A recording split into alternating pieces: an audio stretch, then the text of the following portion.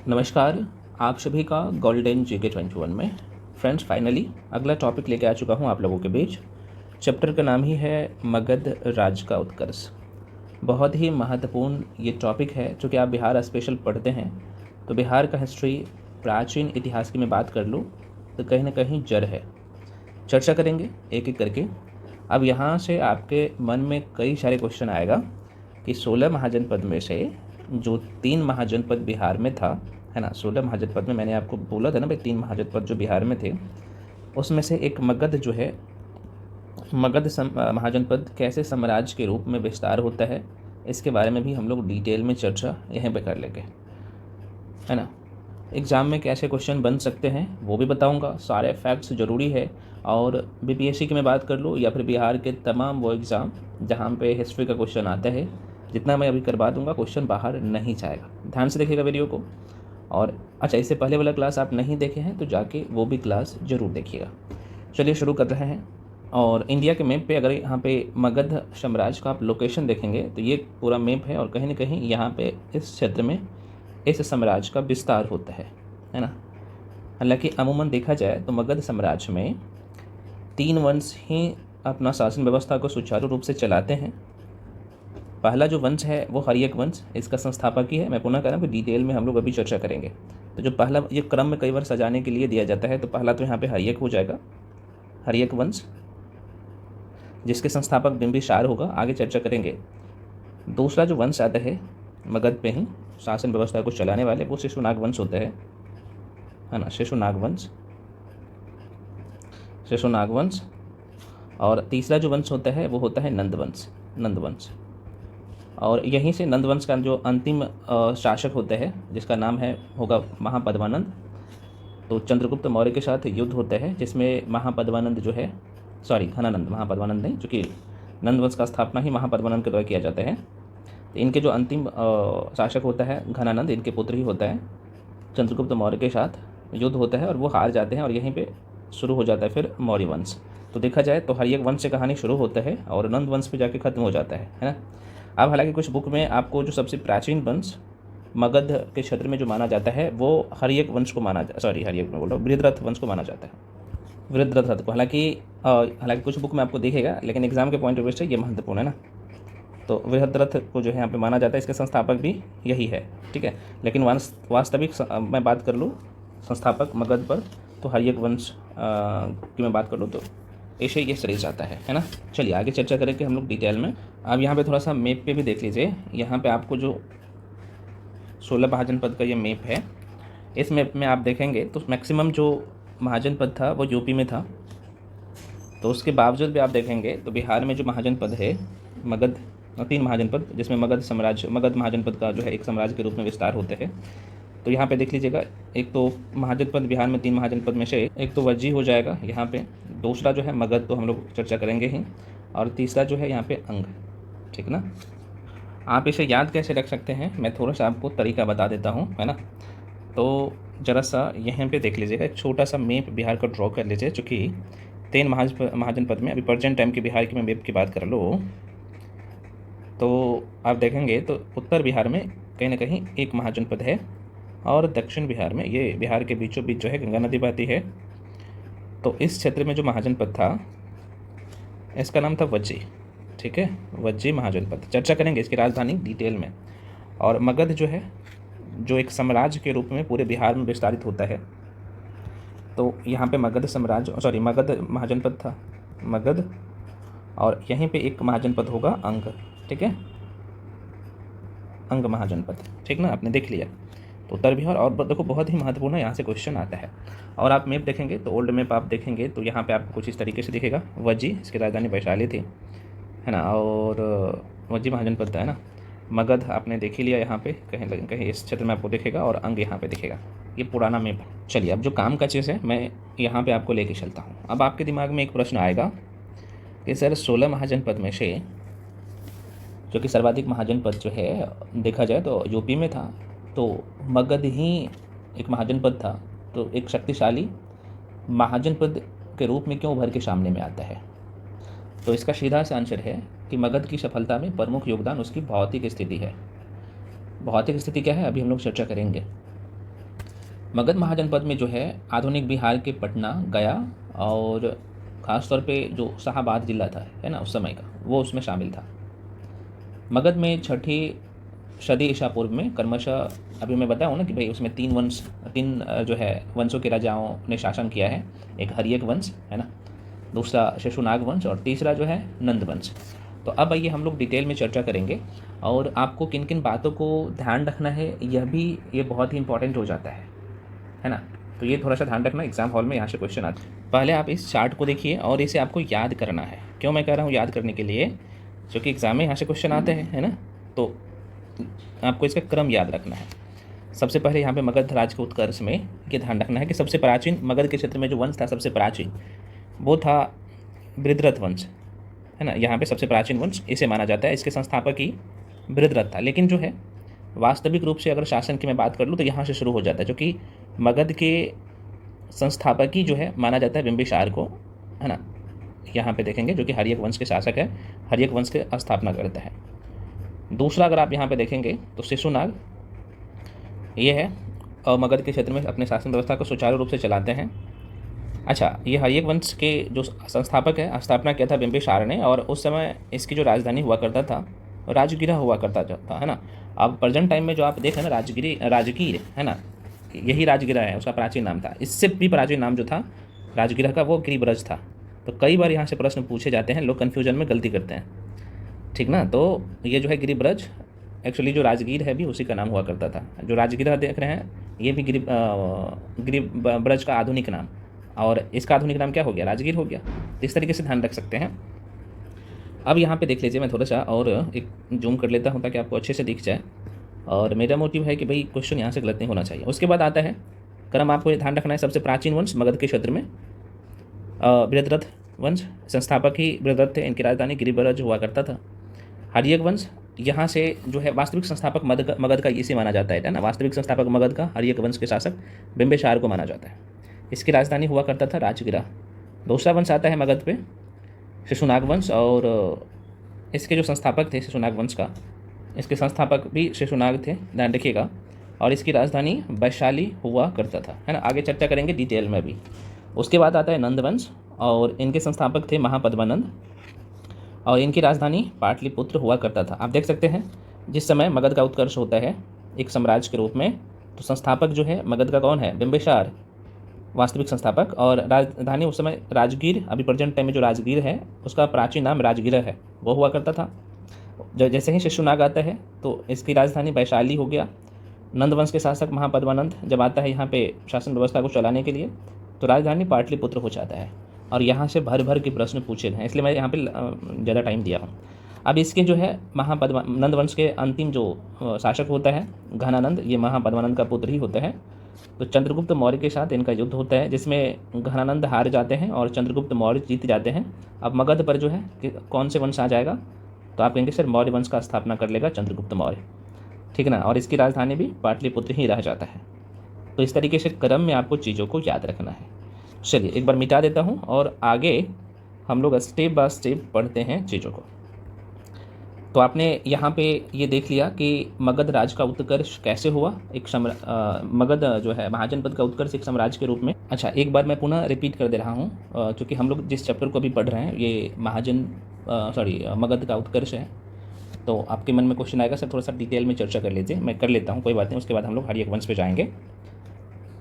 पुनः मैं कह रहा हूँ कि प्रारंभ में मगध 16 महाजनपदों में से एक महाजनपद था, किंतु यहाँ पे क्या होगा कि धीरे धीरे अपने साम्राज्य का विस्तार करते हुए मगध उत्तर भारत का सबसे महत्वपूर्ण राज्य बन गया। और देखा जाए मगध की, तो मगध के उत्कर्ष में जो है अनेक कारकों ने जो है महत्वपूर्ण भूमिका निभाई, जिसमें सर्वाधिक योगदान मगध की भौगोलिक स्थिति का था, जो कि अभी हम लोग कुछ देर पहले चर्चा किए। मगध के उत्कर्ष के पीछे उत्तरदायी कारकों में से जो निम्नलिखित हैं, मगध की भौगोलिक स्थिति क्या है सर, अभी मैं थोड़ा सा चर्चा कर लेता हूँ। शासकों का योगदान, यहाँ के शासकों का योगदान, कृषि का विकास, शिल्प उद्योगों का विकास, वाणिज्य व्यापार का विकास, सैन्य शक्ति का विकास, सामाजिक कारण, धार्मिक कारण, और लास्ट में हम लोग निष्कर्ष को भी लिख देते हैं। तो हालांकि यहाँ पे मेंस में क्वेश्चन पूछे नहीं जाते हैं, ताकि भाई हमको मेंस लेवल का चीज़ें पढ़ाऊँ। तो यहाँ पे थोड़ा सा देख लीजिए कि जो मेन जो योगदान है यहाँ की भौगोलिक स्थिति का। तो देखो मगध की मैं बात कर लूँ फ्रेंड्स, तो यह जो है दोनों मगध की दोनों राजधानियाँ राजगिरा और पाटलिपुत्र। ठीक है, अभी आपने देखा ना, मैं थोड़ा सा मैप पे एक बार और लेके चलता हूँ। यहाँ पे आप देखेंगे तो राजगिरा यहाँ पे लगभग बिहार का मैप आप सबको पता है इस तरीके से है, और बीचों बीच गंगा नदी बहती है। तो पटना यहाँ पे है, आप सबको पता है पटना वाला क्षेत्र। और यहाँ पे जो राजगिरा था, तो यह जो है प्राकृतिक सुरक्षा कह सकते हैं कि ये दोनों राजधानी को प्राप्त थी। राजगिरा की मैं बात कर लूँ तो यह जो है 5 पहाड़ियों से घिरा हुआ था, और पाटलिपुत्र जो है तीनों तरफ से कौन कौन सा 3 नदी से, तो आप जैसे एक तो गंगा हो गया, सोन हो गया, पुनपुन नदी से घिरा हुआ था। तो मगध की राजधानियों को प्राप्त की मैं बात कर लूँ, दोबारा सुनिए, मगध की राजधानियों को प्राप्त प्राकृतिक सुरक्षा के कारण ही यहाँ के राजा बिना सुरक्षा की चिंता किए अपनी संपूर्ण शक्ति का प्रयोग साम्राज्य विस्तार के लिए वो कर सके, और परिणाम स्वरूप निकल के क्या आएगा, एक शक्तिशाली, बहुत बड़े शक्तिशाली साम्राज्य के रूप में उभर के सामने आता है। ठीक है, मैंने आपको सारी चीज़ें बता दिया, शासकों का क्या योगदान रहेगा। तो जहाँ पे प्रकृति का ही देन है कि आपका कोई कुछ नहीं बिगाड़ सकता है, तो शासक तो यहाँ पे उस शासक का तो जाहिर सी बात है उस शासक का क्षेत्र तो विकास होगा ही। हालांकि मगध के उत्कर्ष में यहाँ के शासकों ने भी महत्वपूर्ण भूमिका निभाई, जैसे बिंबिसार, अजातशत्रु, चंद्रगुप्त मौर्य, अशोक जैसे योग शासक का नेतृत्व भी यहाँ पे प्राप्त हुआ। तो ये कुछ बेसिक बातें हैं, तो आपने ये देख लिया, आपको कहानी भी समझ में आ गया। ठीक है ना, तो सारी चीज़ें एक दूसरे से लिंक है, मैं बार बार कह रहा हूँ। चलिए अब आगे बढ़ जाते हैं। अब यहाँ पे आ जाते हैं हम लोग, पढ़ते हैं हर्यक वंश को। ठीक है ना, हम यहाँ से शुरू करते हैं। मगध का जो है वास्तविक संस्थापक इसे ही माना जाता है, हर्यक वंश को। अब अच्छा, इससे जो है हर्यक वंश को डायरेक्टली यहाँ से जो प्रश्न फैक्ट से पूछा जाता है कि पितृहंता वंश किसे कहा जाता है, तो यही हर्यक वंश को कहा जाता है। बिंबिसार का तस्वीर भी आप यहाँ पे देख पाएंगे। अब यहाँ पे पहले देख लीजिए इसका टाइम पीरियड क्या था, समय काल क्या था हर्यक वंश का। तो ये 544, ध्यान रखिएगा फ्रेंड्स, 544 ईसा पूर्व से लेकर BC से लेकर 412 BC का जो है ये टाइम पीरियड इसका रहा है ना। मैं पुनः कर इसके बाहर क्वेश्चन नहीं जाएगा, जितना मैं करवा दे रहा हूँ कर लेना। अब यहाँ पे देखिएगा हर्यक वंश में देखा जाए तो संस्थापक तो जाहिर सी बात है ये बिंबिसार है। बिंबिसार का पुत्र आता है अजातशत्रु, जिसे कुशिक या कुनिक भी कहा जाता है। उसके बाद आता है उसका पुत्र उदयन। उदयन के बाद आता है नागदशक, और ये जो है हर्यक वंश का नागदशक कहीं ना कहीं आप देखा जाए तो अंतिम जो है ये शासक होता है। तो हर्यक वंश में कितने शासक, आप कहेंगे सर 4 है ना, जो महत्वपूर्ण है, बिंबिसार, अजातशत्रु, उदयन और नागदशक। आइए एक एक करके सभी के बारे में हम लोग डिटेल में जो है चर्चा करेंगे। अब यहाँ पे देख लीजिए बिंबिसार के बारे में। देखिए बिंबिसार की मैं बात कर लूँ, हर्यक वंश के संस्थापक है। इसे जैन साहित्य में जो है श्रेणिक या सैनिक कहा गया है। बिंबिसार ने जो है राजगिरा, जो कि प्राचीन नाम जिसका गिरिब्रज था, नामक नगर का स्थापना भी इन्होंने ही किया था। तो अगर इसके बारे में पूछा जाए कि भाई अभी जो गिरिब्रज देख रहे हैं जो प्रेजेंट टाइम में, उसके बाद जो है राजगिरा के नाम से भी हम लोग जानते थे उसे, तो इसका स्थापना कौन करता है एक नगर के रूप में, तो बिंबिसार ही करता है। और इसी जो है गिरिब्रज को अपना राजधानी बनाता है, राजगिरा को अपना राजधानी बनाता है। ठीक है, राजगिरा जो है 5 पहाड़ियों से घिरा हुआ था। बिंबिसार ने विजयियों और वैवाहिक संबंधों द्वारा जो है अपने साम्राज्य को भी विस्तार किया इन्होंने। तो ध्यान रखिएगा क्या क्या चीज़ें ध्यान रखना है। तो इन्होंने दूसरे जो है राज्य पे आक्रमण करके विजय भी प्राप्त किया, और वैवाहिक संबंधों के माध्यम से भी अपने साम्राज्य को इन्होंने विस्तार किया। बिंबिसार ने जो है 3 राजवंशों में जो है वैवाहिक संबंध स्थापित किए।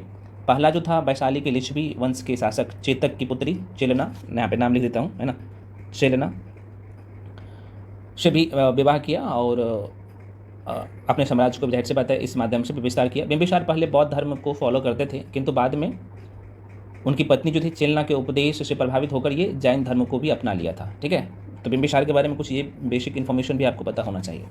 दूसरा जो था कौशल नरेश प्रसेनजीत की बहन महाकोशला से भी विवाह किया, और दहेज में उन्हें काशी का प्रांत मिला था, है ना, ऐसे बिंबिसार को। उसके बाद यहाँ पे आप देखेंगे तो पंजाब वाला जो क्षेत्र मिला था, तो मध्य देश, जिसे हम लोग मध्य देश के नाम से भी जानते हैं, पंजाब वाला क्षेत्र, तो वहाँ की राजकुमारी क्षेमा के साथ भी विवाह इन्होंने किया था, और कुछ क्षेत्र वहाँ से भी उन्हें दान में मिला था। तो आप देख सकते हैं साम्राज्य विस्तार करने में इनका बहुत बड़ा योगदान भी रहा है। अभी ये तो कहानी था, ठीक है भाई, आपको जानना जरूरी है, लेकिन आपके परीक्षा के दृष्टिकोण से क्या क्या की पॉइंट आपको ध्यान रखना है, क्योंकि लिखना सभी चीज़ें अगर मैं यहीं पे लिख दूंगा तो फिर बुक में और नोट्स में कोई फ़र्क नहीं पड़ेगा, इसलिए मैं सारी चीज़ें यहाँ पे लिखा ही नहीं और ज़रूरत भी नहीं है। चलिए, अब बिंबिसार ने जो है बिंबिसार ने अंग के शासक जिसका नाम था ब्रह्मदत्त को पराजित कर जो है अंग को अपने राज्य में मिला लिया था, और उसने अपने राजवैद्य जिनका नाम था जीवक है ना, जो कि बाल रोग विशेषज्ञ थे जीवक, को अवंती नरेश चंडप्रघोत के पास जो है पांडु रोग से वो पीड़ित था, तो उसके उपचार के लिए वो भेजा था। पांडु रोग मतलब कि जो पीलिया रोग जिसे कहते हैं, उसके उपचार के लिए इन्होंने भेजा था अपने राजवैद्य को, बिंबिसार। वह बौद्ध और जैन दोनों मतों का जो है पोषक था और गौतम बुद्ध व महावीर का समकालीन था, आप सबको पता होना चाहिए। तो यहाँ से भी प्रश्न पूछे जाते हैं चंडप्रघोत के बारे में। बिंबिसार की हत्या हालांकि इनके जो है पुत्र होता है अजातशत्रु, है ना, ये कर देता है गद्दी के लिए, और उसके बाद अजातशत्रु का कहानी शुरू हो जाता है। तो जाहिर सी बात है आप कहानी के माध्यम से बिंबिसार के बारे में सारी चीज़ें आपने समझ लिया। चलिए एक बार यहाँ पे आप देख लेते हैं, मैं जो लिखा हूँ बिंबिसार का कहानी तो आपने समझ ही लिया। देखो हर्यक वंश के जो है संस्थापक, वास्तविक संस्थापक, समयकाल जो है आप देख सकते हैं, मैं बता ही दिया हूँ। 544 से लेकर 1204 तक इस वंश का जो है समयकाल रहता है। तो 544 ईसा पूर्व में जो है इन्होंने बिंबिसार ने हर्यक वंश का स्थापना करता है। राजधानी राजगिरा जो कि गिरिब्रज प्राचीन नाम था, वहाँ पे स्थापना करता है। बौद्ध धर्म के अनुयायी थे, लेकिन अपनी पत्नी के जो है इनकी पत्नी जो चेलना थी, इनसे प्रभावित होकर इन्होंने क्या किया, जैन धर्म को भी अपना लिया। ठीक है, तो दोनों धर्म को ये कहीं ना कहीं ये अपनाया था। महात्मा बुद्ध की सेवा हेतु जो है राजवैद्य जीवक को भेजा था, और जीवक के बारे में आपने देख लिया। ठीक है, अब इन्होंने क्या क्या कार्य किए थोड़ा सा एक बार यहाँ पे देख लीजिए, जरूरी है भाई। तो कुशल प्रशासनिक व्यवस्था और विदेश नीति इनका बहुत ही अच्छा था। बेसिक बातें, अंग राज्य को जो है हराकर मगध में मिला लिया। अभी मैं कुछ देर पहले बताया हूँ ना भाई, वही सारे की पॉइंट है, अलग से मैं कुछ नहीं पढ़ा रहा हूँ, इसलिए तो कह रहा हूँ कि सारी चीज़ें एक दूसरे से लिंक है। तो अंग को जो है राज्य को हटाकर मगध में मिलाया, तो साम्राज्य विस्तार करता है ये। अवंती के राजा परघोत की सहायता हेतु अपने जो राजवैद्य था जीवक, उनको भेजा था। और कौन से रोग से प्रभावित था आपने अभी देखा, चंड परघोत जो है पीलिया रोग से प्रभावित थे, है ना। और ये जो आजीवक थे, इनके जो राजवैद्य जो है, सॉरी आजीवक में बोलो, जीवक जो थे इनके राजवैद्य, वो देखा जाए तो आप कह सकते सर ये बाल रोग विशेषज्ञ थे। प्रश्न पूछे जाए तो भाई हो सकता है बीपीएससी फैक्ट कहीं से निकाल के पूछ लेता है। अब यहाँ पे वैवाहिक संबंध इसका देख लीजिए। तो वैवाहिक संबंध द्वारा अपने शासन व्यवस्था को जाहिर सी बात है बढ़ाया। तो कौशल के नरेश प्रसेनजीत की बहन महाकौशला से शादी किया। वैशाली के चित्तक की पुत्री चेलना, है ना, के साथ विवाह किया। मध्य प्रदेश की राजकुमारी जो कि पंजाब वाला क्षेत्र है, तो वहाँ भी अपने शासन व्यवस्था को जो विस्तार किया, तो 6 माह थी वहाँ की राजकुमारी, है ना। तो इस माध्यम से भी अपने साम्राज्य को विस्तार किया, ठीक ना। अब यहाँ पे जो है देखो लूसेंट में जाहिर सी बात है, ठीक है, ये की पॉइंट तो आपको मिल जाएगा, या फिर अन्य जो है आप देखेंगे तो 1 लाइनर वाला बुक चाहे एनसीईआरटी, तो सारी कहानी आपको एक जगह नहीं मिलेगा। तो इसलिए एक दूसरे से जब तक जोड़ के नहीं पढ़िएगा फिर दिक्कत होगा एग्जाम हॉल में। अब यहाँ पे मैं आपको बोला हूँ ना कि बिंबिसार की हत्या इनका पुत्र कर देता है भाई गद्दी के लिए, देख सकते हैं, जिनका नाम था अजातशत्रु। अब इनकी हत्या हो जाएगी तो अजातशत्रु आ जाएगा, और अजातशत्रु जो है 493 ईसा पूर्व में अब मगध का जो है शासक बनता है, ठीक है ना। चलिए अब अजातशत्रु का समयकाल को देख लीजिए। ये 492 से लेके 460 बीसी तक अपने शासन व्यवस्था को चलाता है। अब अजातशत्रु के बारे में क्या क्या ध्यान रखना है सर, तो अजातशत्रु की मैं बात करूँ तो बिंबिसार की पत्नी, मैंने अभी आपको बोला ना कि बिंबिसार की 3 पत्नी थी, तो जो चेलना थी, यहाँ पे मैं थोड़ा सा दिखाता हूँ। चेलना जो कि चेतक की पुत्री थी, चेलना, ये चेलना के पुत्र होता है कौन, तो अजातशत्रु, ध्यान रखिएगा ये अजातशत्रु। अब यहाँ से प्रश्न ये भी पूछे जाते हैं कि भाई अजातशत्रु का बचपन का नाम क्या था, तो कुनिक था। अच्छा, कुनिक का मतलब क्या होता है सर, कुनिक का मतलब होता है राजकुमार। ध्यान रखिएगा ये प्रश्न पूछे जा सकते हैं।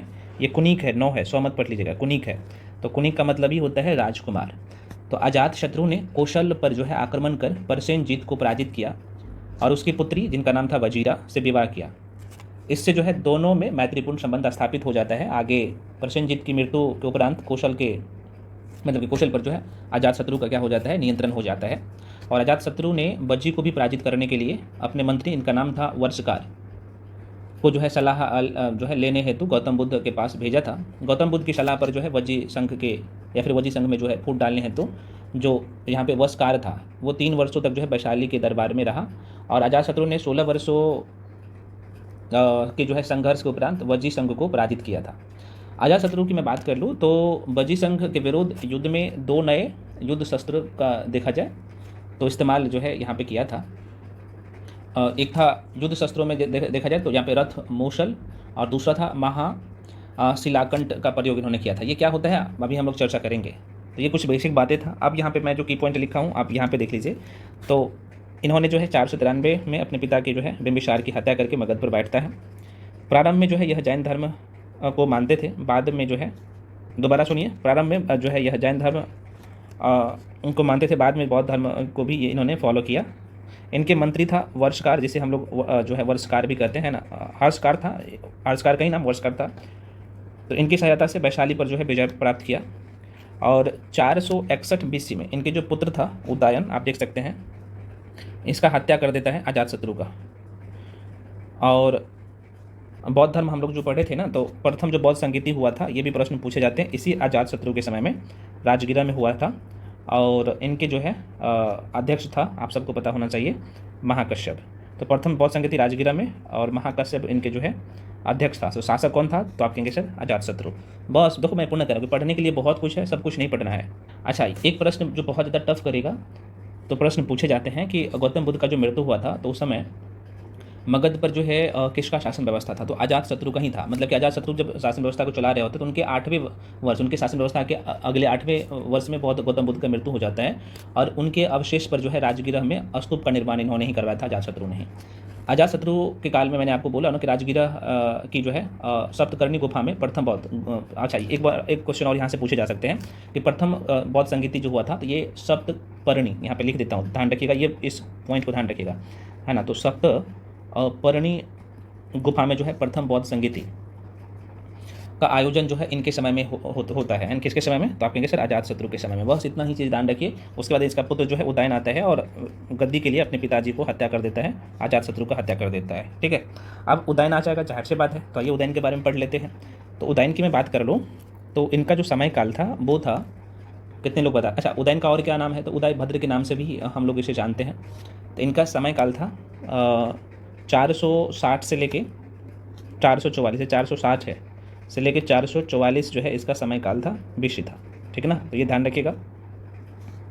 अब यहाँ पे चूँकि आपने देखा उदयन के बारे में हम लोग जो चर्चा करेंगे, तो उदयन ने क्या किया था कि गंगा, सोन और पुनपुन नदियों के संगम पर पाटलिपुत्र, जिसे उस समय कुसुमपुर के नाम से भी जानते थे, किस नाम से यहाँ पे लिख देता हूँ, तो आप कहेंगे सर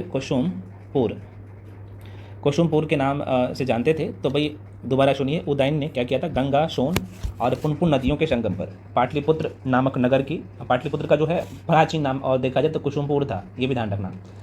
तो इसका स्थापना करते हैं और राजगीरा की जगह उसे इन्होंने जो है राजगीरा की जगह, चूँकि इससे पहले आपने देखा कि इन्होंने अपना राजधानी राजगीरा में बनाया था। अजातशत्रु की मैं बात कर लूँ, सॉरी अजातशत्रु नहीं, बिंबिसार का जो राजधानी था मगध, बिंबिसार जो राजधानी बनाया था मगध का, वो कहाँ पे बनाया था? तो आप कहेंगे सर राजगीरा बनाया था, जिसे गिरिब्रज कहते हैं।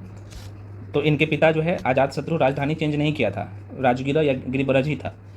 लेकिन इन्होंने क्या किया कि अपनी राजधानी को चेंज कर लिया और यहाँ पे पटना कर लेता है, सॉरी पाटलिपुत्र कर लेता है। ठीक है, तो दोबारा सुनिए, उदयन ने जो है गंगा, सोन और पुनपुन नदी के संगम पर पाटलिपुत्र नामक शहर का स्थापना किया।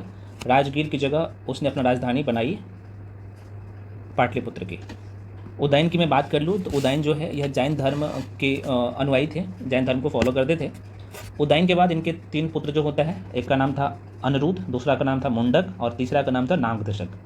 अनिरुद्ध, मुंडक, नागदशक ने बारी बारी से जो है राज्य करता है। और इन तीनों को भी पितृहंता भी कहा जाता है। यहाँ से प्रश्न पूछे जाते हैं, तो इन तीनों को भी जो है यहाँ पे पितृहंता कहा जाता है ना। हर्यक वंश तो पितृहंता वंश है ही, आपने स्टार्टिंग में ही देखा है ना कि क्या किया भाई, ये जो आता है बिंबिसार की मैं बात कर लूँ तो बिंबिसार का हत्या कौन कर देता है? तो इनका पुत्र अजातशत्रु कर देता है। आप यहाँ पे देख लिए हैं, है ना, अजातशत्रु किधर चला गया, यहाँ पे अजातशत्रु कर देता है। और अजातशत्रु का जो हत्या इनके पुत्र उदयन कर देता है ना, उदयन। और उदयन की मैं बात कर लूँ तो इनके भी 3 पुत्र होते हैं, जिसका नाम अभी मैं बोला हूँ। एक का नाम था अनिरुद्ध, दूसरा का नाम था मुंडक और तीसरा का नाम था नागदशक। और ये भी तीनों आपस में लड़ते रहते थे और इन तीनों को भी भाई कहीं ना कहीं पितृहंता भी कहा गया है। ये वंश तो पितृहंता है ही, लेकिन ये तीनों भाई भी कहीं ना कहीं पितृहंता के नाम से जानते हैं। अब यहाँ पे थोड़ा सा इसके उदयन के बारे में देख लीजिए, उसके बाद हम लोग नागदशक पे जाएंगे। तो चूँकि पुराणों और अथवा अलग अलग जो ग्रंथ है, खासतौर पर पुराण और कथा कोश जो है, उसमें हर्यक वंश के अंतिम शासक नागदशक को माना गया है। तो बाद में जनता ने इन पितृहंताओं को जो है शासक से हटाकर शिशुनाग नामक एक युग जो है अमात्य को राजा बनाता है ना। शिशुनाग नामक जो है एक युग अमात्य होता है, तो उनको एक राजा बनाता है। तो चलिए पहले हम लोग देख लेते हैं डिटेल में। तो जाहिर सी बात है, अब यहाँ पे हर्यक वंश के बाद शिशुनाग वंश आ जाएगा। तो देखो यहाँ पे इसके बारे में थोड़ा सा समझ लीजिए, क्योंकि ये जो चैप्टर है ना थोड़ा सा कन्फ्यूजिंग था, इसलिए मैं डिटेल में चर्चा किया। देखो 461 ईसा पूर्व में जो है अपने पिता की हत्या कर जो है उदयन मगध की गद्दी पर बैठता है। पाटलिग्राम जिसका प्राचीन नाम कुसुमपुर था, इसका स्थापना इन्होंने किया और यहीं पे अपना राजधानी भी बना लिया। अंतिम शासक उदयन का पुत्र नागदशक, मैं बोला हूँ ना कि इनके 3 पुत्र होते हैं, अनिरुद्ध, मुंडक और नागदशक। तो जाहिर सी बात है नागदशक दोनों भाई को अपने हटा करके और यहाँ पे गद्दी पर बैठेगा, ठीक है। उसके बाद यहाँ पे नागदशक को भी वहाँ की जनता, मगध की जनता ने गद्दी से हटा करके एक अमात्य था शिशुनाग, उनको बैठाता है। और शिशुनाग क्या करता है, यहाँ पे नागवंश का स्थापना करता है। तो जाहिर सी बात अब मगध पे शिशुनाग वंश आ गया। तो यहाँ से प्रश्न पूछे जा सकते हैं कि शिशुनाग वंश का जो है स्थापना किसने किया, नागवंश का स्थापना किसने किया, तो शिशुनाग ने किया। समय काल इसका क्या था, तो 412 BC से लेके 344 BC तक जो है इसका टाइम पीरियड रहता है, समय काल रहता है। अब यहाँ पे देख लेते हैं शिशुनाग के बारे में। शिशुनाग ने जो है अवंती के शासक जिसका नाम था अवंती वर्धन को पराजित कर जो है अवंती को मगध में मिलाया था, क्योंकि उस समय वत्स पर जो है अवंती का अधिकार था। तो इस प्रकार देखा जाए तो वत्स पर भी जो है शिशुनाग का अधिकार हो जाता है। शिशुनाग ने जो है अपनी राजधानी वैशाली में स्थापित करता है। तो इससे पहले जो पाटलिपुत्र में किसने किया था आपने देखा, तो वैशाली में इन्होंने अपना राजधानी को बना लिया, ठीक है। तो यहाँ से किन किन बातों को ध्यान रखना है मैं एक बार पुनः रिपीट कर दे रहा हूँ। नागवंश के संस्थापक शिशुनाग, यह नागदशक का जो है क्या था भाई, अमात्य था। अमात्य का मतलब हो जाता है अभी प्रेजेंट टाइम में कह सकते हैं मंत्री के पद हुआ करता था, ठीक है ना। और इन्होंने अपना राजधानी कहाँ पे बनाया, तो वैशाली में बनाया, है ना। इस वंश का जो अंतिम शासक होता है ये कलाशोक होता है ना। तो चूंकि ज़्यादा हम लोग डिटेल में नहीं जाएंगे, जिसे हम लोग काकवर्ण भी कहते हैं। तो अब यहाँ पे देख लेते हैं कलाशोक कौन से वंश का होता है भाई, और द्वितीय बौद्ध संगीत इसी के समय काल में होता है, तो ये भी ध्यान रखना। तो कलाशोक की बात कर ले, इसे काकवर्ण, चूँकि ये रंग में कहा जाता है कि बहुत ज़्यादा काला था, तो कलाशोक अपनी राजधानी पुनः जो है पाटलिपुत्र लेके चला जाता है, ठीक है, देख सकते हैं। तो एक दूसरे से लिंक है ना, पाटलिपुत्र जो है ये स्थानांतरित कर लेता है, उसके बाद पाटलिपुत्र में ही मगध की राजधानी रह जाता है। कलाशोक के शासन काल में जो है वैशाली में द्वितीय बौद्ध संगीति का आयोजन होता है। तो कलाशोक की हत्या किसी व्यक्ति ने जो है छुरा मारकर, ऐसा कहा जाता है कि कर दिया था, है ना, कलाशोक को। तो यहाँ से आपके एग्जाम में क्वेश्चन कैसे बनता है जरा सा देख लेना। प्रथम बौद्ध संगीति किसके समय में, तो आप कहेंगे सर यह जो है अजात शत्रु के समय में होता है। उसके बाद द्वितीय बौद्ध संगीति, ये नागवंश के शासक शिशुनाग के जो पुत्र होता है कलाशोक, दोबारा सुनिए, कलाशोक का ही शिशुनाग का ही पुत्र होता है ये कलाशोक।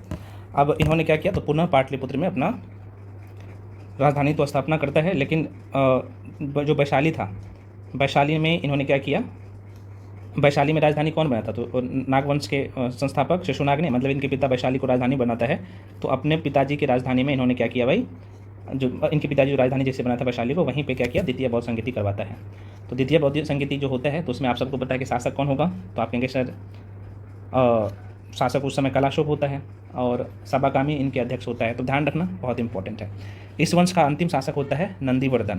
तो बस यहाँ से इतना चीज़ ध्यान में रखना। और कलाशोक का मैंने बोला हूँ ना कि कहा जाता है कि छोड़ा मारकर हत्या कर देता है ना। अब जाहिर सी बात है, अब ये क्वेश्चन और बनते हैं कि लिंक करना है, जो ये नंदीवर्धन है जिसे हम लोग महानंदी भी कहते हैं, तो इनका हत्या कौन कर देगा, तो महापद्मानंद हत्या कर देता है। और मगध पर जाहिर सी बात है महापद्मानंद से हत्या कर देगा, तो नंदवंश क्या कर लेगा, महापद्मानंद नंदवंश का स्थापना कर लेता है। तो आपने देख लिया कैसे हर्यक वंश का स्थापना होता है मगध पे, उसके बाद शिशुनाग वंश आता है, उसके बाद जो है यहीं पे नंदवंश आएगा, है ना। देखो सब एक दूसरे से लिंक है। अब नंदवंश का टाइम पीरियड की मैं बात कर लूँ, समय काल की बात कर लूँ, तो 344 से लेके BC से लेके 344 BC से लेके 223 मतलब कि 323 223 ने 323 BC तक रहा है, ठीक है ना, ये भी ध्यान रखिएगा। अब इसके बारे में भी थोड़ा सा समझ लीजिए, इसके संस्थापक कौन है नंदवंश का, तो महापद्मानंद ने क्या किया कि आप देखेंगे, मैं बोला हूँ ना कि अभी नागवंश के जो अंतिम शासक होता है नंदीवर्धन, चाहे महानंदिनी भी इसे कहा जाता है, कुछ बुक में आपको देखने को मिलेगा। तो उसे हत्या करके क्या करेगा, महापद्मानंद नंदवंश का स्थापना कर लेगा मगध पे, ठीक है ना। अब महापद्मानंद के बारे में किन किन बातों को ध्यान रखना है, एक बार मैं पुनः कहानी की तरह मैं आपके दिमाग में सेट कर देता हूँ। महापद्मानंद को मैं बात कर लूँ, तो महापद्मानंद को जो है जैन ग्रंथ में, दोबारा सुनिए, जैन ग्रंथ में महापद्मानंद को नापित दास मतलब कि नाई जाति को कहा गया है। इस प्रकार नंदवंश का शासक जो है निम्न जाति के थे, तो जैन ग्रंथ में ये मिलता है, बताया गया है। महापद्मानंद मगध में जो है नंदवंश का स्थापना करता है और वह मगध का सबसे शक्तिशाली शासक बनता है। पुराणों में जो है महापद्मानंद को एक छत्र एवं एक विराट कहा गया है। तो ये जानकारी कहाँ पे मिलता है, तो पुराणों में। इसके अतिरिक्त महापद्मानंद की अन्य उपाधि जो था उग्रसेन था, मतलब कि अप्रोस जो है अप्रोस परशुराम, आपने नाम जरूर सुना होगा, ये भी है। द्वितीय जो है परशुराम, ये सब जो है कुछ अन्य नाम इसका मिलता है। महापद्मानंद ने जो है उड़ीसा में स्थित कलिंग की विजय, दोबारा सुनिए, महापद्मानंद ने उड़ीसा स्थित कलिंग की विजय की थी और वहाँ जो है तीनसुलिया नहर जो है खुदवाया था। तो उड़ीसा के क्षेत्र में तीनसुलिया नहर का जो काम किया था यही किया था महापद्मानंद। महापद्मानंद की मैं बात कर लूँ तो कलिंग विजय का उल्लेख, ये जानकारी कहाँ पे मिलता है, तो मौर्योत्तरकालीन जो कलिंग के शासक खारबेल है ना, तो इन्होंने अपने हाथी गुफा अभिलेख में इसका वर्णन किया है। महापद्मानंद के बारे में इन्होंने कलिंग पर जो विजय प्राप्त किया था, कलिंग वाला क्षेत्र तो अभी प्रेजेंट टाइम के उड़ीसा में पड़ जाता है। हाथी गुफा अभिलेख से पता चलता है कि महापद्मानंद कलिंग के जिनसेन जो कि प्रथम तीर्थकर थे, इनकी प्रतिमा को उठाकर मगध में लाया था। तो ये कुछ बेसिक बातें हैं, तो ध्यान रखना। अब यहाँ पे थोड़ा सा फैक्ट्स मैं लिख भी दिया हूँ। तो संस्थापक जो है नंदवंश का कौन है, तो महापद्मानंद है। जैसे जो है इसी का उपनाम मैं बोला ना कि जैसे उग्रसेन पाली ग्रंथ में बोला गया है। एक छत्र, ये जानकारी पुराण में मिलता है कि भाई एक छत्र भी से कहा गया। एक राट जो है ये भी जानकारी इनका जो उपनाम था, तो एक राट, ये भी जानकारी पुराण में मिलता है। ठीक है, तो ये ध्यान रखिएगा। अब यहाँ पे आ जाते हैं इनके इस वंश का अंतिम जो शासक होता है वो घनानंद। घनानंद की मैं बात कर लूँ तो जाहिर सी बात है नंद वंश का अंतिम शासक होता है। और यही घनानंद की मैं बात करूँ तो यह जो है सिकंदर का समकालीन था। तो घनानंद से थोड़ा सा कुछ बेसिक बातें आपको ध्यान रखना है, दोबारा सुनिए। घनानंद ना इसी का पुत्र था, महापद्मानंद का पुत्र था। महापद्मानंद का पुत्र होता है घनानंद, ठीक ना। तो घनानंद के बारे में आपको क्या ध्यान रखना है, मैं पुनः कह रहा हूँ। देखो भाई, मगध साम्राज्य पढ़ेंगे, क्योंकि अभी हम लोग सिर्फ मगध राज का उत्कर्ष पढ़ रहे हैं। मगध साम्राज्य आगे पढ़ेंगे तो उसमें हम लोग और डिटेल में यहाँ पे भी चर्चा करेंगे। सॉरी, मैं बोल रहा हूँ मगध साम्राज्य, मगध साम्राज्य में पढ़ाई जाऊँ, मौर्य साम्राज्य पढ़ेंगे तो वहाँ पे भी मैं एक दूसरे से लिंक करके मैं बता दूंगा घनानंद के बारे में। ठीक है, तो अभी आप इतना समझिए, ये घनानंद कौन होता है, किधर भाग जाता है भाई, ये घनानंद तो महापद्मानंद का पुत्र होता है। तो घनानंद के बारे में थोड़ा सा समझ लीजिए। देखो भाई, घनानंद जो है नंदवंश का अंतिम शासक था। यूनानी लेखक जिसका नाम था कार्टियस ने इससे जो है अग्रमीज, प्रश्न पूछे जाते हैं कि अग्रमीज, यहाँ पे एक शब्द आपको दिखेगा बुक में, प्रश्न पूछे जाता है अग्रमीज जो है, अग्रमीज कहा है। घनानंद को यहाँ पे जैंद्रमीज भी कहा है, अग्रमीज या जैंद्रमीज भी इन्हें कहा है। घनानंद को जो है धन इकट्ठा करने की बहुत ज़्यादा जो है लत थी, इसलिए जनता इसे जो है धनानंद कहने लगा। मगध की जो है घनानंद से धनानंद कहने लगा, ठीक है ना, तो ये ध्यान रखना। मगध की जनता पर जो है अत्यधिक टैक्स लगाने के कारण जनता इसे जो है धनानंद मतलब धनानंद से क्या हुआ था भाई, जाहिर सी बात है संतुष्ट नहीं थी। और इसका फ़ायदा उठाकर चंद्रगुप्त मौर्य ने चाणक्य की मदद से जो है घनानंद के युद्ध की मैं बात कर लो तो युद्ध मंत्री जिसका नाम था भद्रशाल को पराजित कर मौर्य वंश का स्थापना करता है। और घनानंद के समय में बात कर लूँ तो लगभग 226 ईसा पूर्व में बीसी में ही सिकंदर ने भारत पर आक्रमण किया था। ये भी प्रश्न पूछे जाते हैं। तो नंद वंश का जाहिर सी बात है शासकों में देखा जाए, नंद वंश के शासकों ने बड़े पैमाने पर जो है आहत सिक्के जारी किए थे। हैंसोंग तथा संगमकालीन तमिल विद्वान जिनका नाम था मामूल नार ने जो है नंदों की अतुल संपत्ति का उल्लेख भी किया है, आप देख सकते हैं। और नंदवंश के शासक जैन मत के पोषक थे, मतलब कि जैन धर्म को मानते थे। हालांकि घनानंद ने जो है जैन अमात्य जिसका नाम था सकटाल और स्थूलभद्र, ये दोनों से कहा जाता है कि अच्छे संबंध भी थे। तो जाहिर सी बात है ये जैन धर्म को मानते थे। तो आपने कुछ बेसिक बातें देख लिया घनानंद के बारे में। तो यहाँ से प्रश्न पूछे जाते हैं। तो जाहिर सी बात है इसके समय में ये अंतिम शासक था घनानंद, तो सिकंदर इनके समकालीन होंगे। तो इसी के समय में सिकंदर क्या करता है भाई, आक्रमण करता है ना। कब, तो ये 326 बीसी में। ठीक, अब यहाँ पे इस लाइन को देख लीजिएगा। चंद्रगुप्त मौर्य ने पराजित किया था किसे, तो घनानंद को, और मौर्य वंश की स्थापना अब यहाँ पे हो जाता है। ठीक है, चलो भाई, तो जाहिर सी बात है अब यहाँ पे देखो अलग अलग बुक में अलग अलग चीज़ें आपको देखने को मिलेगा, लेकिन एनसीईआरटी में जो पॉइंट है वही चीज़ मैं लिखा हूँ। ये जो घनानंद जो थे जनता से ये सबसे ज़्यादा, अगर मैं बात कर लूँ मगध के शासक में, तो सबसे ज़्यादा टैक्स यही वसूला था। और इनका जो लत लगा था धन इकट्ठा करने का, इसी कारण से जनता इससे असंतुष्ट होता है। और चंद्रगुप्त मौर्य को भी जाहिर सी बात है साथ देता है जनता, और इनको कहीं ना कहीं गद्दी से हटाने में बहुत बड़ा योगदान रहता है जनता का भी। ठीक है, खैर आपने ये देख लिया। तो अब यहाँ पे इसे हरा करके देखो, इसी घनानंद को हरा करके चंद्रगुप्त मौर्य अब यहाँ पे मगध पे मौर्य वंश का स्थापना कर लेगा। तो ये कहानी खत्म हो गया, और जाहिर सी बात है कहानी की तरह आपके दिमाग में सेट हो गया।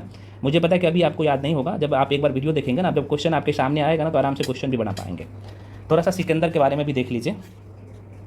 सिकंदर जो है आप यहाँ पे देखेंगे तो भारत पर विदेशी आक्रमण होता है। तो सबसे पहले आप देखेंगे तो इस आक्रमण में देखा जाए विदेशी आक्रमण है, तो जिसे हम लोग भखमनी या ईरानी या फारसी आक्रमण करते हैं, सबसे पहले होता है ये, सबसे पहले करता है यहाँ पे साइरस प्रथम। डेरियस द्वारा प्रथम जो है, चलिए अब यहाँ पे मैं थोड़ा सा एक बार रिपीट कर दे रहा हूँ, यहाँ से प्रश्न पूछे जाते हैं कि भारत पे जो है विदेशी आक्रमण के क्रम थोड़ा सा आपको बताना है। तो सबसे पहले ईरानी करता है, एक मिनट रुक गया, सबसे पहले ईरानी, या जो है ईरानी की जगह पे कई बार ना हकमनी देगा, और इनके शासक ये साइरस द्वितीय उस समय था। बेसिक बातें हैं ना, तो आपको ये नहीं ध्यान रखना है, ये सब छोड़ दीजिए, तो ज़रूरी नहीं है। यहाँ से आपको ध्यान रखना है विदेशी आक्रमण में, जो कि आगे हम लोग तो पढ़ेंगे विदेशी आक्रमण, एक डिटेल में चैप्टर ही है। तो ईरानी होगा पहले नंबर पे, दूसरे नंबर पे यूनानी करता है। यूनानी में देखा जाए तो यही सिकंदर, जिसके बारे में अभी हम लोग पढ़ने वाले हैं। उसके बाद यहाँ पे जो है हिंद यूनानी करता है, उसके बाद शक करता है, उसके बाद पल्लव करता है, उसके बाद कुषाण करता है। तो देखो ये क्रम आपको ध्यान रखना है। अब आइए यहाँ पे देखते हैं सिकंदर महान के बारे में, डिटेल में चीज़ों को चर्चा करते हैं सिकंदर महान के बारे में ना, अलेक्जेंडर जिसे हम लोग कहते हैं, ये है इसका। तो इसका जो जन्म होता है, सिकंदर की मैं बात कर लूँ, ये महाशय है। तो इसका जो जन्म होता है आप यहाँ पे देख सकते हैं, लगभग 356 BC में मैसेडोनिया में इसका जन्म होता है। इनके पिता का नाम फिलिप था, इनके गुरु का नाम अरस्तु था, और भारत पर जो आक्रमण किया था ये जो है 326 ईसा पूर्व में BC में। किसके समय में भारत पे आक्रमण करता है? तो उस समय अभी मैं बोला हूँ ना कि भारत पर जो है मगध साम्राज्य की मैं बात करूँ तो किसका शासन व्यवस्था था? तो घनानंद का था, नंदवंश के अंतिम शासक। इनके सेनापति था सेल्यूकस निकेटर। और यहाँ पे अगर मैं बात करूँ, और कहा जाता है कि लगभग 19 माह तक जो है यह भारत में रहा था। कौन? तो सिकंदर, ठीक ना। इनके जो जल सेना का नाम था भाई, इनका नाम था, देख सकते हैं, निर्याकस। प्रश्न यहाँ से पूछा जाता है, ध्यान रखिएगा। अब यहाँ पे जो युद्ध होता है महत्वपूर्ण है, वेरी वेरी इंपॉर्टेंट ये क्वेश्चन। हाइडेस्पीड, जिसे हम लोग झेलम, या इनका झेलम का जो है प्राचीन नाम था विस्तदा का युद्ध के नाम से भी हम लोग जानते हैं। तो यह जो युद्ध होता है, अच्छा इसका जो प्राचीन नाम है झेलम नदी का, यहाँ पे लिख देता हूँ, वितस्ता नाम होता है, यहाँ पे लिखता हूँ ना, वितस्ता जो है इसका प्राचीन नाम था, तो जिसे हम लोग हाइडेस्पीज युद्ध के नाम से, हाइडेस्पीज जो है युद्ध के नाम से जानते हैं। अब यह जो युद्ध किसके बीच में, अब इसे समझिए, प्रश्न यहाँ से बनते हैं। जो हाइडेस्पीज का युद्ध होता है झेलम नदी, जिसका नाम जो है प्राचीन नाम था वितस्ता, तो उस नदी पर होता है। तो पंजाब के जो शासक था ना पोरस, देखो हम कई जगह पोरू भी मिलता है, पंजाब को पोरू के नाम से भी जाना जाता था उस समय। तो पंजाब के शासक जो है पोरस थे, है ना, पोरस और सिकंदर के बीच में यह युद्ध होता है। और सिकंदर ने जो है देखा जाए तो इस युद्ध में जीत। चलिए यहाँ से थोड़ा सा और की पॉइंट आपको क्या ध्यान रखना है, सिकंदर ने जो है सम्मान भी किया था, क्योंकि जीता तो था यहाँ पे युद्ध कौन, सिकंदर ने पोरस को हरा दिया था, पंजाब के शासक था, लेकिन उसके बावजूद भी जो है कहीं ना कहीं सिकंदर ने सम्मान जरूर यहाँ पे किया था। व्यास नदी के बाद जो है सिकंदर लौट गया। जब यहाँ पे सिकंदर इस युद्ध को जीत जाते हैं राजा पोरस से, तो सिकंदर की जो सेना है वो व्यास नदी को पार करने से इनकार कर देता है। तो जाहिर सी बात है यहाँ पे मैं वही की पॉइंट लिखता हूँ कि व्यास नदी के बाद जो है इनकी सेना लौट जाते हैं, क्योंकि इनकी सेना व्यास नदी नहीं पार कर पाते हैं ना। अब यहाँ पे देख लीजिएगा, नवीन शहर का निर्माण यहाँ पे कर लेता है, चूँकि यहीं से लौट जाता है। अब यहाँ से प्रश्न पूछे जाते हैं कि भाई सिकंदर महान ने जो है, जो बौकेफला है ना, ये जो आप देख सकते हैं, ये बौकेफला है, मैं पुनः रिपीट कर रहा हूँ, बौकेफला, ये जो शहर का जो निर्माण किया था, तो ये व्यास नदी के किनारे के आसपास का क्षेत्र है बौकेफला। यहीं पे एक जगह है सिकंदरिया भी, तो ये सिकंदरिया और बौकेफला जो खासतौर पे ये प्रचलित है, और यहीं से प्रश्न पूछे जाते हैं ना। तो सिकंदरिया शहर का स्थापना तो ये किया ही था, साथ में बौकेफला का भी, बौकेफला इनके घोड़े का नाम था, तो इसके नाम पर जो है यहाँ पे शहर का निर्माण किया। फिर सिकंदर क्या करता है कि साम्राज्य के जो है अपने साम्राज्य को 4 भागों में बांटा, और इनके जो अलग अलग सेनापति थे वो अलग अलग क्षेत्र, यहाँ का जो क्षेत्र था जिसे जीता था तो उसमें बांट दिया। अब इनका मृत्यु हो जाता है, देखो भाई यहाँ पे ध्यान रखना, 323 BC में जो है यहाँ पे इनका मृत्यु हो जाता है बेबीलोन में, है ना, और बेबीलोन इराक में पड़ता है, तो यहीं पे इसका मृत्यु हो जाता है। तो इसका काम खत्म हो गया, और हम लोगों का जो की पॉइंट था वो सारे भी कवर हो गया। तो आशा करते हैं आपको सारी चीज़ें समझ में आया होगा। इसके बाद भी जो भी डाउट या कन्फ्यूजन रह जाता है तो आप लोग पूछ सकते हैं, कोई इशू नहीं है। और मैं पुनः कराऊँ मॉक टेस्ट जो मैं करवाऊँ रहा हूँ, और अब ऑब्जेक्टिव के लिए मैं आपको बोल रहा हूँ घटना चक्र लगाना है, मतलब कि लगाना ही लगाना है, प्लस PYQs मैं बोला हूँ करना है, मतलब करना ही करना है, ठीक है। अगला चैप्टर हम लोगों का रहने वाला है मौर्य साम्राज्य, बहुत इंपॉर्टेंट चैप्टर है, जो कि अगले वीडियो में हम लोग पूरा करेंगे। तो फ्रेंड्स मिलते हैं अगले वीडियो में, सभी लोग टेलीग्राम जाके ज्वाइन कर लीजिए, है ना। तो मिलते हैं अगले वीडियो में, तब तक के लिए जय हिंद।